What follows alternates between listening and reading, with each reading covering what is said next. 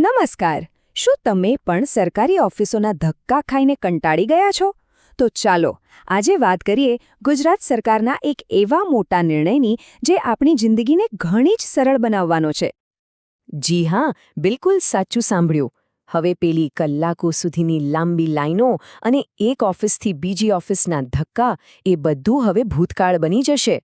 ગુજરાતના લોકો માટે સરકારી કામ કરાવવાનો જે આખો અનુભવ છે ને એ હવે ટોટલી બદલાવા જઈ રહ્યો છે.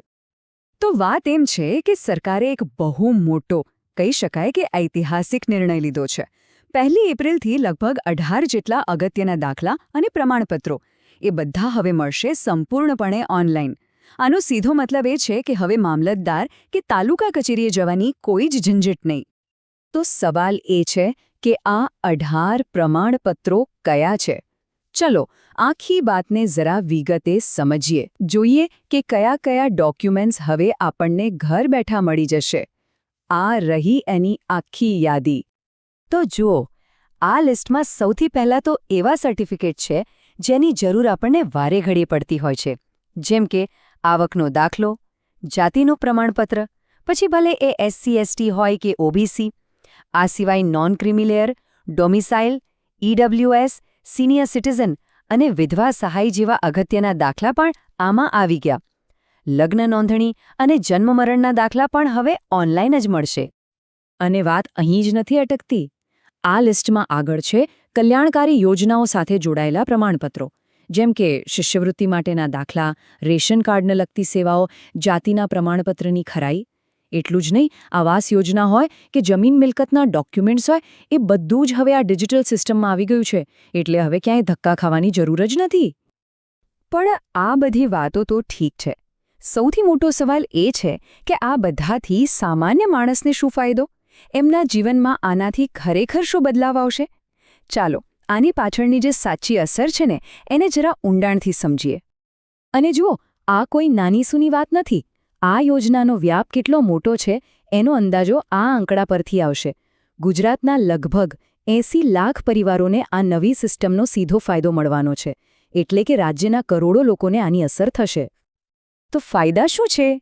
સૌથી પહેલો અને મોટો ફાયદો તો સમય અને પૈસાની બચત. બીજું, જે વચેટિયાઓ કે એજન્ટો પર નિર્ભર રહેવું પડતું હતું એ હવે બંધ થશે. અને જ્યારે વચેટિયાઓ હટશે તો દેખીતી વાત છે કે ભ્રષ્ટાચારની શક્યતાઓ પણ ઘટશે. અને આખી સિસ્ટમ ઓનલાઈન થવાથી કામમાં પારદર્શિતા આવશે તો નક્કી જ છે. ઓકે, તો અત્યાર સુધી આપણે સમજ્યા કે શું બદલાયું છે અને એનાથી શું ફાયદો થશે. હવે આવીએ સૌથી પ્રેક્ટિકલ વાત પર કે આ બધી સેવાઓનો લાભ લેવો કઈ રીતે? અરજી કરવાની પ્રોસેસ શું છે? ચાલો એ સમજીએ. અરજી કરવા માટે 3 ઓપ્શન છે. પહેલું, સરકારનું ડિજિટલ ગુજરાત પોર્ટલ. બીજું, જો તમે ગામડામાં રહો છો તો તમારા નજીકના ઈ-ગ્રામ અથવા કોમન સર્વિસ સેન્ટર એટલે કે CSC પર જઈ શકો છો.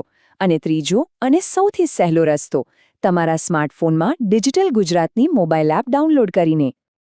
આની પ્રોસેસ જુઓ, કેટલી સિમ્પલ છે. સૌથી પહેલાં તો પોર્ટલ કે એપ પર લોગિન કરો. પછી જે પણ સેવા કે પ્રમાણપત્ર જોઈતું હોય એ સિલેક્ટ કરો. ત્રીજા સ્ટેપમાં જે પણ જરૂરી ડોક્યુમેન્ટ્સ માંગ્યા હોય એ અપલોડ કરી દો.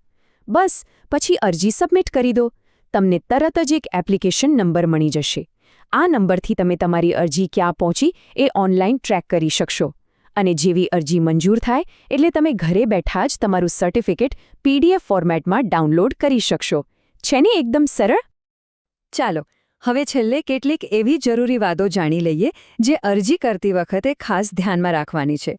એક નાનકડી ચેકલિસ્ટ જેવું સમજી લો, જેથી કામ ફટાફટ થઈ જાય.